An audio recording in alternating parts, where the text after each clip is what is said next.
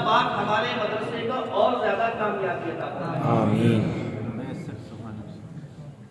امام علی متقی ہندی کنز العمال میں نقل فرماتے ہیں کہ پیارے آقا کریم صلی اللہ علیہ وسلم کے فرمان عظمت نشان کا خلاصہ ہے کہ میری امت کے سردار حفاظ کرام اور اصحاب اللیل ہیں۔ میری امت کے سردار حفاظ کرام اور اصحاب اللیل ہیں۔ اصحاب اللیل جو رات میں جا کر کے عبادت کیا کرتے ہیں۔ حدیث پاک سے ہم کو پتہ چلتا ہے کہ حافظ قرآن کا بہت بڑا مقام اور مرتبہ ہے۔ بے شک سردار کہاں گیا ہے اس کو؟ اور میرے ذہن میں آ رہا ہے انفاس العارفین ایک کتاب ہے حیدر شاہ ولی اللہ محدث دہلوی کی۔ آپ نے اس میں ایک واقعہ نقل فرمایا ہے کہ سرہند شریف کی سرزمین کے اوپر دو حافظ قرآن جنگل میں پہنچے اور جا کر کے وہاں پر قرآن کا دور کر رہے تھے۔ پہلے کے حافظ قرآن بھی بڑے زبردست ہوتے تھے، دور کرنے کے لیے جنگل میں پہنچے، وہاں پہنچ کر کے قرآن کا دور کر رہے ہیں اور ایسے مگن ہو گئے کہ بس ان کی بات مت پوچھیے۔ وہ قرآن کے دور میں مگن ہے کہ دیکھتے ہی دیکھتے ہندوستان کی سرزمین میں سرہند شریف کے پاس جنگل میں عرب کا ایک قافلہ وہاں سے گزرا، عربی لوگ اس میں شامل ہیں۔ ان کا سردار پاس میں آیا اور آ کر کے کہا، اے حافظ قرآن، اے قاری قرآن سید عبداللہ، تم نے قرآن کی تلاوت کا حق ادا کر دیا۔ بڑے ہی خوبصورت انداز میں تم قرآن کی تلاوت کر رہے تھے۔ یہ بات کہی ہے اور وہ قافلہ وہاں سے رخصت ہو گیا۔ یہ دونوں بھی آپس میں پھر ڈسکس کرنے کے بعد میں کہ بڑے اچھے لوگ معلوم کر رہے تھے، بڑے خوبصورت ان کے جبہ و دستار تھے، چہرے بھی پر رونق تھے، نور ان کی آنکھوں سے جھلک رہا تھا، بڑے ہی اچھے لوگ تھے۔ پھر اپنے قرآن کے دور میں مصروف ہو گئے۔ کچھ دیر کے بعد میں ایک اور صاحب جو عرب ویش بھوسا میں تھے، یعنی عربی لباس زیبتن کیے ہوئے تھے، اور وہ آئے اور آ کر کے پوچھتے ہیں، اے نوجوانوں یہ تو بتاؤ کیا یہاں سے پیارے آقا کا گزر ہوا ہے؟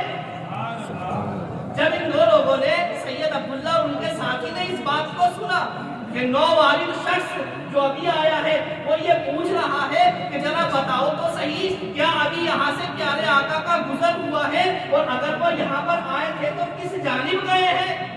جب ان دونوں حضرات نے اس بات کو سنا، پاؤں تلے سے زمین کھسک گئی۔ نووالد شخص بھی تعجب میں مبتلا تھا۔ انہوں نے کہہ دیا کہ ہم کو تو معلوم نہیں وہ کدھر گئے ہیں، مگر ایک بات تو بتائیے کہ جو وہ بزرگ تشریف لے کر کے آئے تھے وہ کون تھے؟ تو آنے والا نووالد شخص کہتا ہے کہ وہ نبی آخر الزمان، تمام نبیوں کے تاجدار حضرت محمد صلی اللہ علیہ وسلم تھے۔ بڑا تعجب ہوا اور افسوس بھی کہ اتنی بزرگ ہستی ہمارے پاس میں آ کر کے گزر گئی، مگر ہم دست بوسی بھی نہ کر سکے، قدموں کو بھی نہ چوم سکے۔ پھر انہوں نے جاتے ہوئے سوار کی رکاب تھاملی گھوڑے کو روکنے کے لیے کہا کہ ذرا یہ تو بتائیے آپ کون ہیں؟ آپ بھی کوئی کم حیثیت کے انسان نہیں لگتے۔ آنے والے انسان نے کہا کہ جن کو پوچھنا تھا ان سے پوچھا نہیں، مجھ خادم کو پوچھ رہے ہو۔ سنو، میرا کوئی بڑا مقام نہیں، میں تو نبی آخر الزمان کا صحابی ابو ہریرہ ہوں۔ سبحان اللہ۔ قابل توجہ بات یہ ہے کہ قرآن نے ان دونوں حافظوں کے مقام کو کتنا بلند کر دیا کہ آقا کریم صلی اللہ تعالی علیہ وسلم تشریف لے کر کے آئے۔ حضرت ابو ہریرہ نے بتایا کہ رات کے وقت میں کل پیارے آقا نے کہا تھا کہ کل کو ہم ہند کی سرزمین پر چلیں گے، ہم سرہند پہنچیں گے، وہاں پر ایک سید عبداللہ ہے اور ان کے ساتھی ہے، ان کے قرآن کی سماعت کریں گے۔ بڑے خوبصورت انداز میں وہ قرآن پڑھا کرتے ہیں، میں بھی ساتھ میں آتا، مگر مجھ کو صبح کسی اور کام سے بھیج دیا گیا۔ ہم نے وہاں سے فارغ ہو کر کے آیا، آقا رخصت ہو چکے تھے۔ اور یہ بات کب کی ہے؟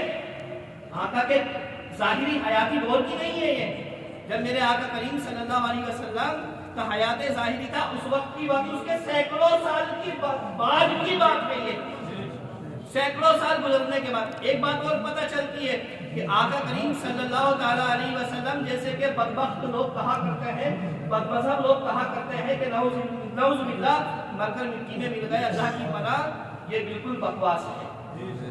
سینکڑوں سال وصال شریف کے بعد کا یہ واقعہ جس میں آقا کریم صلی اللہ علیہ وسلم نے حضرت ابو ہریرہ سے فرمایا، اس واقعے سے پتہ مطابق صحابیوں کا آنا جانا ہوا کرتا ہے، پیارے آقا سے ملاقات ہوا کرتی ہے، گفت و شنید ہوا کرتی ہے، گفتگو ہوا کرتی ہے، معاملات طے ہوا کرتے ہیں، ادھر سے ادھر آنا جانا بھی ہوا کرتا ہے۔ تو حافظ کے مرتبے کو قرآن نے کتنا بلند کر دیا، کتنا بلند کر دیا کہ آقا کریم صلی اللہ تعالیٰ علیہ وسلم کرم فرما رہے ہیں اور حافظ کا قرآن سننے کے لیے مدینہ شریف سے ہند کی سرزمین پر تشریف لے کر کے آ رہے ہیں۔ جب حافظ قرآن کا انتقال ہوتا ہے، حدیث پاک میں آیا ہے، جب حافظ قرآن کا انتقال ہوتا ہے، اللہ فرماتا ہے اے زمین اس حافظ قرآن کے جسم کو مت کھانا۔ زمین عرض کرتی یا الہ العالمین، میں اس کے جسم کو کیسے کھا سکتے ہو جس کے سینے میں تیرے پاک قرآن کو محفوظ کیا ہوا ہے، جس کے سینے میں تیرا پاک قرآن ہے، میں تو اس کو ہاتھ بھی نہیں لگا سکتی۔ کتنا بلند و بالا مقام ہے یہ اس شخص کا جس نے قرآن کو حفظ کر لیا ہے۔ عمر فاروق اعظم رضی اللہ تعالیٰ عنہ کا دور خلافت ہے، آپ اسلام کے دوسرے عظیم خلیفہ ہیں۔ آپ نے حضرت نافع بن حارث کو مکہ شریف کا گورنر بنا دیا ہے۔ ایک مرتبہ عمر فاروق اعظم اصفہان کی سرزمین پر پہنچے تو حضرت نافع کو بھی وہاں پر دیکھا کہ حضرت نافع بھی اصفہان کی سرزمین کے اوپر تشریف لے کر کے آئے ہوئے ہیں۔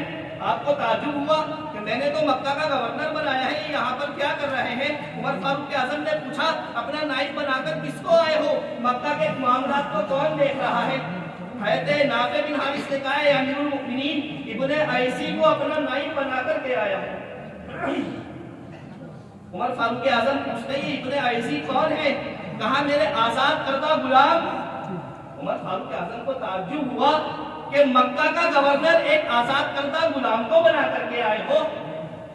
حضرت نافع بن حارث عرض کرتے ہیں اے میرے آقا کریم صلی اللہ علیہ وسلم کے خلیفہ، یہ ابن عیسی اگرچہ آزاد کردہ غلام ہے مگر اس کے ساتھ میں قاری قرآن بھی ہے، سبحان اللہ، اس کے ساتھ میں فرائض کے عالم بھی ہیں، یہ اس کے ساتھ میں بہترین فیصلہ کرنے والے بھی ہیں، یعنی کہ ان کے فیصلے لاجواب ہوا کرتے ہیں، عدل کے ساتھ میں یہ کام کیا کرتے ہیں، اس لیے اپنا نائب بنا کر کے آیا ہوں۔ اب آپ دنیا میں بھی دیکھیے، یہاں کا پتہ چلا ہم کو کہ حافظ قرآن اور علم کی وجہ سے ایک غلام کو قوم کا گورنر بنا دیا گیا، کتنا بلند مقام ہو گیا علم کی وجہ سے اور قرآن کی وجہ سے۔ آپ دیکھیے نا ہمارے درمیان میں آپ کا بیٹا ایس ڈی ایم بن جائے گا، آپ سامنے کھڑے ہوں گے، ڈی ایم بن جائے گا، آپ سامنے کھڑے ہوں گے، آپ کا بیٹا چیئرمین بن جائے آپ سامنے کھڑے ہوں گے، ہاتھ باندھ کر کے کھڑے ہوں گے۔